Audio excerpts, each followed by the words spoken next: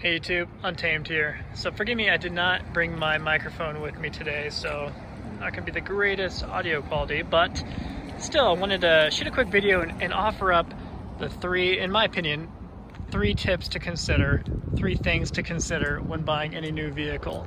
Granted, I mean, these aren't always gonna be applicable, especially to the TRD Pro models. I've already done a number of videos that kind of talk about, hey, how can you get the best deal on the TRD Pro or the more exclusive vehicles. These three tips are going to be applicable to the vast majority of vehicles out there, right? So, I mean, your Toyota Camry, your Ford Focus, and whatever, blah, blah, blah. So the more typical vehicles, the F-150s, stuff like that. So here they are. So from top to bottom, the first tip is to never go in there and tell them that you're paying cash. So to say you're paying cash is going to be a detriment to you, because 9 times out of 10, well, I'm just going to say 10 times out of 10, whenever you finance with a dealership, they're making more money. So they all have agreements with their finance, the lending companies and banking institutions. So whenever you finance with them, they get a little bit of a kickback. So by financing, by telling them that you're paying cash, all they hear is, okay, we're not going to get that additional kickback. In fact, we're making less on the vehicle that we're selling. So keep that in mind. So a lot of people think, oh, cash is king. It is not when it comes to buying a vehicle. So just kind of have that in the back of mind. So don't go in there and say, hey, I'm paying cash when you walk in. So another piece of that is, you want to go in there and talk, and this is all underneath the same tip here. So don't say you're paying cash. And another thing to consider is don't allude to the fact that you're worried about payments. So don't focus on the actual monthly payment, because then you're kind of painting yourself into a corner where they're going to be focusing strictly on getting you the best monthly payment, and that doesn't necessarily mean that you're getting the best deal on the vehicle itself. So you want to make sure that you are negotiating and talking them down on the actual sale price of the vehicle. And then you can get into, at the very end, your means of payment. So if you're going to finance, if you're going to pay cash, you can get into that at the end. You don't need to focus that right from the beginning. So again, only focus on the actual amount that you're paying for the vehicle, right? So you want to get that in writing and focus on that, and then you can start talking about payment options and whatnot. The second thing is to not shop with your feet. So don't go into a dealership, don't bounce dealership to dealership hoping to buy a vehicle one day. You can go in there and check them out, but do not go in there with intentions of maybe trying to find a vehicle to buy. Because once they have you in there, and once they have you in their seat, they're going to go back and forth all day long. It turns into a gauntlet, and then before you know it, you're walking out there with a vehicle that you overpaid for.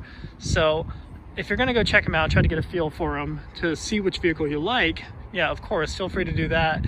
But when it comes to actually negotiating and actually purchasing the vehicle, do that via text, over the phone, via email. So get the numbers in text, in writing, over the phone, via email, on your own time, if you will, rather than sitting in the dealership for hours on end trying to get a number that you'll never get to, if you will, because you are in their grasp if you are sitting right there in front of them. So I always recommend, negotiate the deal via virtual means first. Come up with the arrangement via email or via phone before even getting in there.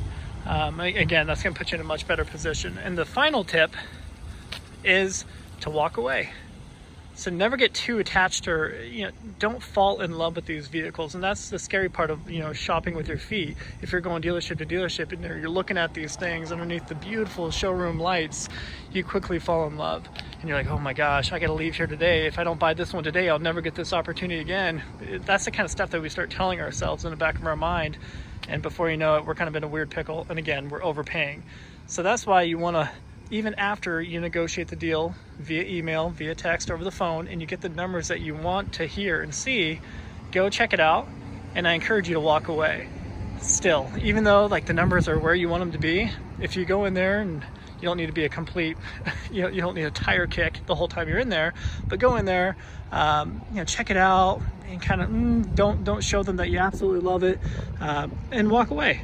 And I guarantee it, they're gonna call you. They're gonna blow up your phone for the next 2 or 3 days trying to get you to come back in to try to get you to pay, or to try to get you to make a deal. And 9 times out of 10, I would argue that they are going to drop the price, lower the price for you, and even get a better deal.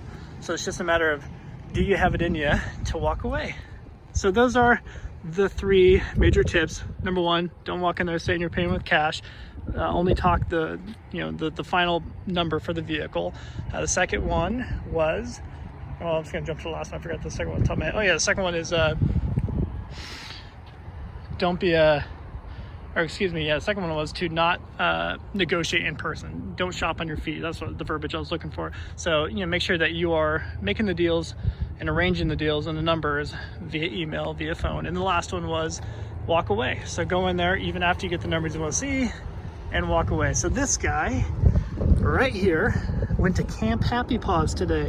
So that's why I don't have my microphone with me. I wasn't planning on shooting a video, but it was a nice day. The sun was kind of starting to peek out.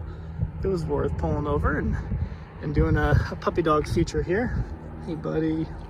So you know what? You're about that dad life, and you're getting old if you're taking your pets to Camp Happy Paws. Even when I say Camp Happy Paws, he's intrigued. Did you have a good day at Camp Happy Paws? Anyways, the other 2 get to go too, for the record. The other 2 pups that we have, but they don't like it as much as this one. So the other 2 will like hang out at the little shed that they have here, whereas this one will run the entire time. And you guys know where we live. We have like a 20 square foot backyard, and it's just not conducive for dogs without feeling guilty trapping them inside all day. And you guys remember we lived in Wyoming before. We had 5 acres, and that was perfect for getting the dogs out and allowing them an opportunity to get their energy out and run around all day. So at any rate, guys, I figured I'd take this as an opportunity and just shoot a quick video for you. And hopefully, I honestly do think if you just consider those easy 3 simple steps, you could potentially save thousands. As easy and simple as they sound to say them out loud. A lot of you think they're no-brainers, but again, those are 3 things that a lot of people don't even consider doing. So at any rate, I hope some of you find this helpful, and again, I appreciate you guys watching. Until next time.